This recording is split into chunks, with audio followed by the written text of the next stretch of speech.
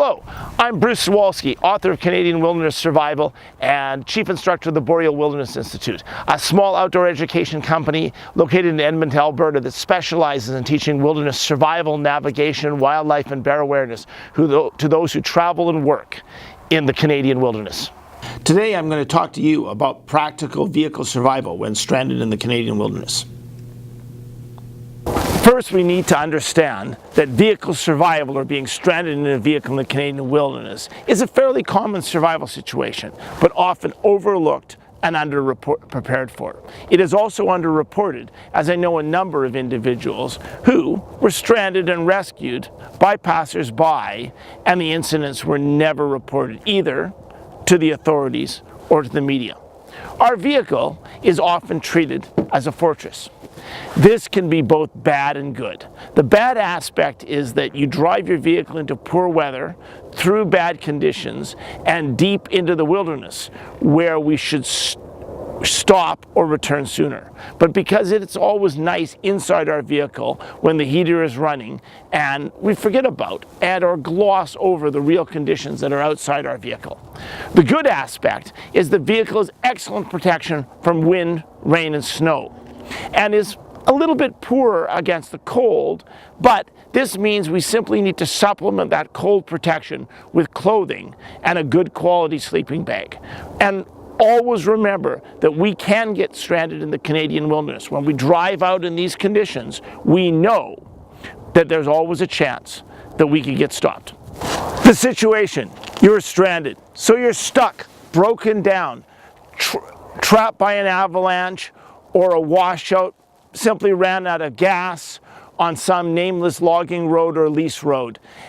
Unfortunately, it is not only very bad for that, it's unexpected, it's annoying, and you have a natural want to push hard to get back into civilization and not spend a little extra quality time out here in the wilderness.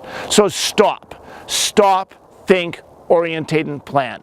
Stop your vehicle, think about the situation, and orientate yourself to the environment outside and any problems you may have, and make a realistic, safe plan to either quickly and easily walk out or take up the much safer option and more realistic option of staying in place and awaiting rescue in your vehicle.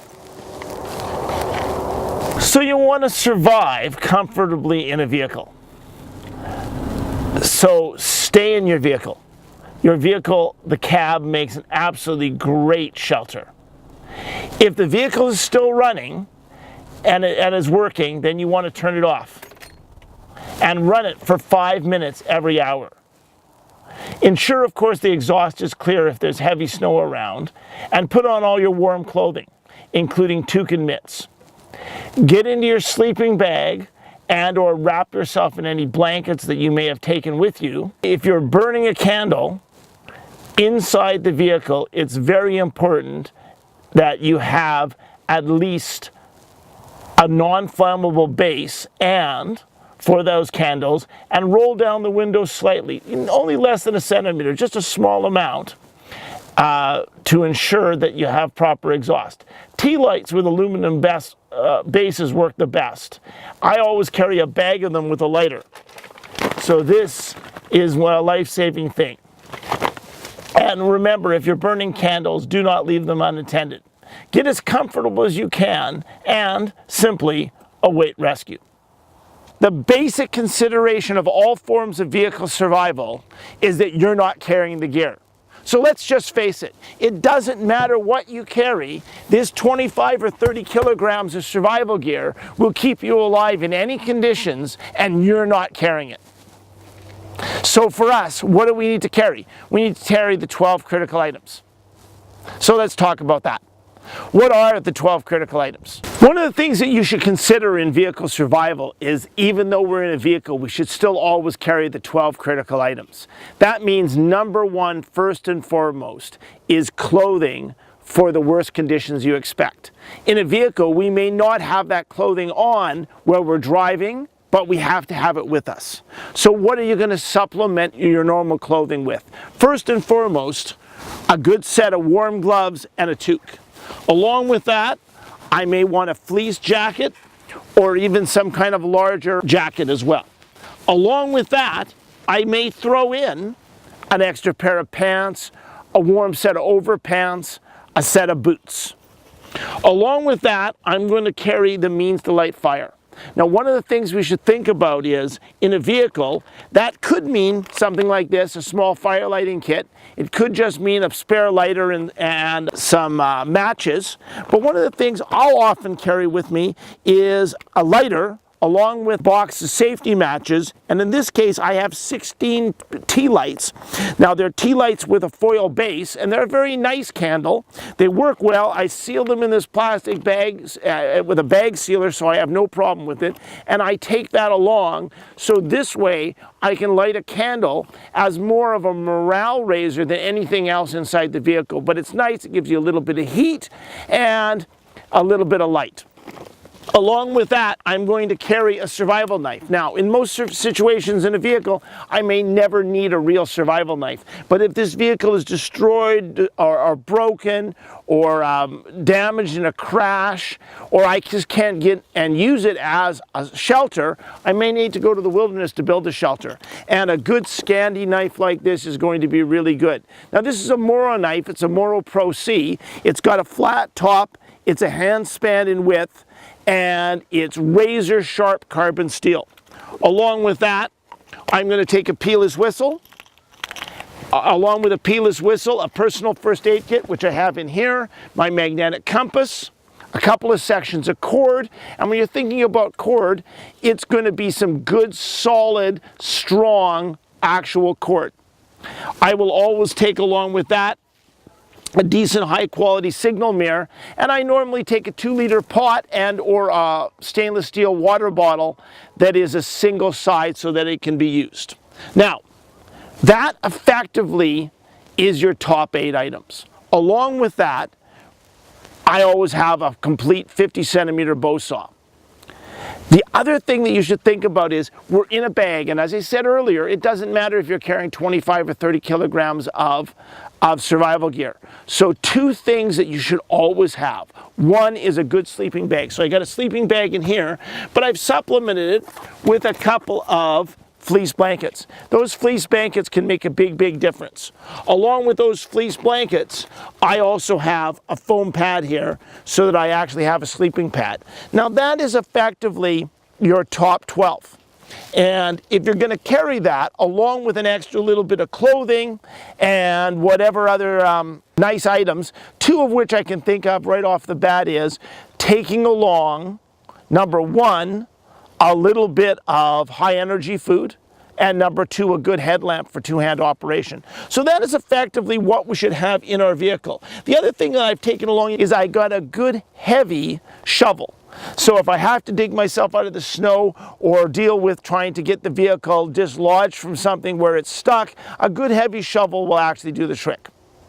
So how do you get found quicker? First thing you want to do is keep your vehicle clear of snow. That attracts attention.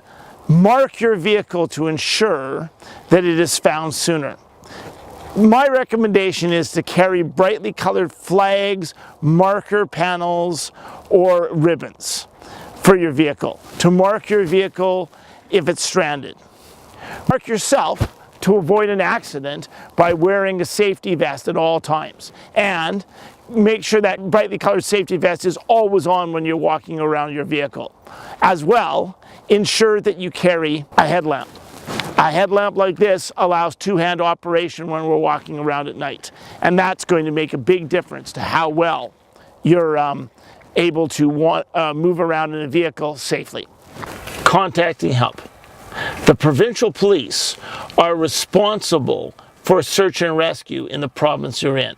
So that means in Western and Northern Canada, the RCMP. So first of all, start by contacting 911 on your cell phone. If you are possible, pass on both your location, the situation, along with the urgency of the rescue when you're talking to the 911 operator. If you have no cell phone or cell service, flag down a passing motorist. If you're on a remote area or stuck in a situation where there is no vehicles around, mark your vehicle and begin making your survival preparations. If there's no cell service in the area, you can walk to an area of service. This almost always means high ground, but only if you can get easily back to your vehicle. If there is a nearby occupied farm or business, you can walk to it, but only if you can easily get back to your vehicle. Be careful, as lights on the horizon, especially in the prairies, can be many kilometers away. One of the biggest problems when you're stuck out here in the prairies is the number of people who have been killed when they have walked out to a light they see in the distance. Sometimes those lights can be many kilometers away, and often there's simply an unmanned and very cold oil or gas facility that has a safety light outside it. So never abandon your vehicle and try to walk out. When you're traveling in the wilderness, always carry an emergency cell phone charger. This is essential. Even if you have a plug-in for your cell phone, you have to make sure that if the electrical system of the vehicle is no longer working, you can still charge your phone. And that is a very essential thing, as this phone becomes your principal means of communications, unless you have a satellite backup system.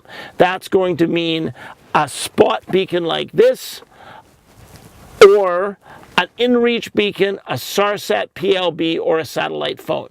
Also remember that if you're using a satellite phone, 911 does not work, and you need to have the 10-digit phone number for the RCMP in the area that you're in.